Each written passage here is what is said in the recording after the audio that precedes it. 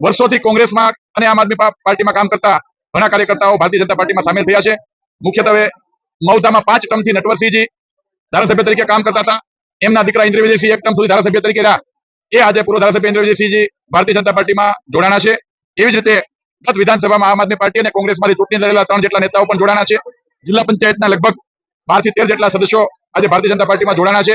તાલુકા પંચાયતના અને નગરપાલિકાના ચાલુ અને પૂર્વ કરીને 50 થી વધારે સભ્યો આજે ભારતીય જનતા પાર્ટીમાં જોડાણા છે.